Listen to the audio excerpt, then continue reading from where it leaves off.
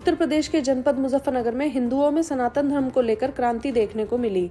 हिंदुओं ने बांग्लादेश में हिंदू अल्पसंख्यकों पर हो रहे अत्याचार के विरोध में आज मुजफ्फरनगर शहर के टाउन हॉल में प्रदर्शन किया। हिंदू समाज का जन सैलाब हजारों की संख्या में एकत्रित हुआ। बड़ी संख्या में संतों और हिंदू समाज के वीर लोगों ने अपना विरोध जताया, जिसमें नगर पालिका अध्यक्ष मीनाक्षी स्वरूप और ममता अग्रवाल समेत कई महिलाएं भी प्रदर्शन में शामिल रही। साधु संतों में मुख्य रूप से सनातनी स्वामी यशवीर महाराज और अंतर्राष्ट्रीय ध्यान गुरु स्वामी दीपांकर महाराज ने हिंदू सभा को संबोधित किया और हिंदू समाज की एकता पर जोर दिया।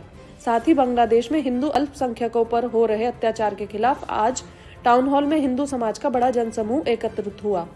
इस विरोध प्रदर्शन में बड़ी संख्या में साधु संतों, महिलाओं और समाज के प्रमुख नेताओं ने भाग लिया। कार्यक्रम का उद्देश्य बांग्लादेश में हिंदू समाज के खिलाफ हो रहे अन्याय की निंदा करना और सरकार से इस मुद्दे पर प्रभावी कार्रवाई की मांग करना था। संतों और वक्ताओं ने केंद्र सरकार से बांग्लादेश के खिलाफ कड़ी और प्रभावी कार्रवाई करने की मांग की है। स्वामी यशवीर महाराज ने समाज को सतर्क करते हुए कहा कि भारत में हिंदू समाज को बांटने की साजिशों के प्रति सजग रहना होगा। उन्होंने समाज में एकजुटता बनाए रखने का आह्वान किया। उन्होंने हिंदू समाज से आग्रह किया कि वे अपने समुदाय के अधिकारों और सम्मान की रक्षा के लिए एकजुट रहें। वहीं अंतर्राष्ट्रीय कहा कि ना तो हिंदू कभी झुका है और ना जाति बिरादरी के बंधन से बाहर बांग्लादेश होश में आओ, बांग्लादेश होश में आओ, बांग्लादेश होश में आओ, जात पात की करो विदाई, हिंदू हिंदू भाई भाई, जात पात की करो विदाई, हिंदू हिंदू भाई भाई, बांग्लादेश होश में आओ, बांग्लादेश होश में आओ, टाउन में आज इकट्ठा हुए हैं हिंदू समाज के। क्या कहेंगे? मैं बहुत प्रसन्न हूं देख करके सनातनियों के जन सैलाब को देख करके खुशी है कि आज पहली बार जातियों में बटे लोगों की नहीं हिंदुओं की सभा को देखा, उसे संबोधित किया। और आज गर्व इस बात का है कि हजारों किलोमीटर दूर बैठे अपने हिंदू भाइयों को जो बांग्लादेश में पीड़ित हैं, नरसंहार का शिकार हो रहे हैं, एक नोबेल पीस पुरस्कार को प्राप्त करने वाले, नरसंहार करने वाले एक ऐसे प्रधानमंत्री के राज में कौन नोबेल पुरस्कार बांटता है नरसंहार करने वाले नरभक्षी को। और अगर आज भी ऐसे व्यक्ति से नोबेल पुरस्कार नहीं लिया गया, आने वाले समय में नोबेल की वैल्यू समाप्त हो जाएगी। और इन हिंदुओं के लिए हम सब लोगों को एक होकर डटकर खड़ा होना चाहिए।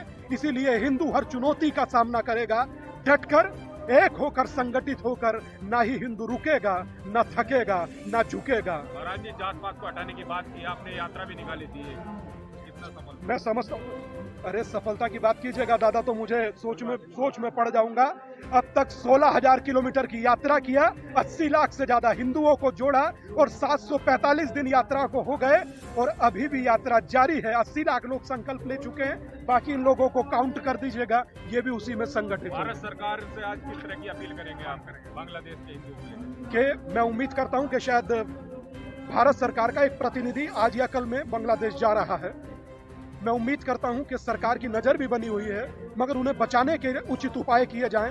हो सकता है अगर उन्हें वापस भी लाना पड़े तो लाया जाए और यहां से जो कूड़ा है वो फेंकवाया जाए। सैन्य बल की बात कर रहे हैं आप? अगर सैन्य कार्रवाई भी करनी पड़े तो झिझके नहीं। महाराज जी, मुजफ्फरनगर में भी जो है पाकिस्तान कमीशन से मिली एक मस्जिद का मामला आया और अलग अलग जिलों में जो है मस्जिद के मामले चल रहे हैं। इस तरह देख रहे उत्तर प्रदेश तो बुलडोजर के नाम से वैसे ही फेमस है दादा, कैसी बात कर रहे हैं? जो अवैध है काम इकट्ठा हुआ है मुजफ्फरनगर के टाउन हॉल में, क्या कहेंगे? देखिए, ये बांग्लादेश के हमारे हिंदू भाई बहनों के ऊपर जो अत्याचार हो रहा है, कत्लेआम हो रहे हैं और उनके बैंक भी सील किए जा चुके हैं, उनके मंदिरों को तोड़ा जा रहा है। उसी के लिए, यहाँ उनकी रक्षा के लिए, वहाँ की संस्कृति जो हिंदुओं की संस्कृति, उसकी रक्षा के लिए ये लोग एकत्रित हुए हैं। क्या कहेंगे आप? एक मैसेज दिया था, बस ये देना चाहेंगे कि बांग्लादेश के हिंदू अपना डटे रहें, भारत का हिंदू उनके साथ है और आवश्यकता पड़ी तो भारत का हिंदू सीमा तोड़ करके बांग्लादेश के हिंदुओं की रक्षा के लिए भी जा सकता है। महाराज जी, बांग्लादेश में अलग टुकड़ा करने की बात कही है आपने हिंदुओं के लिए। हाँ, देखिए, वो बांग्लादेश केवल वहाँ के मुसलमानों के लिए नहीं है, वो बांग्लादेश वहाँ के हिंदुओं का भी बराबर का हकदार है। यदि वहाँ का मुसलमान हिंदुओं के साथ में रहना पसंद नहीं करेगा तो फिर वहाँ के हिंदुओं को अलग देश बांग्लादेश के अंदर से ही बनाकर दे देना चाहिए।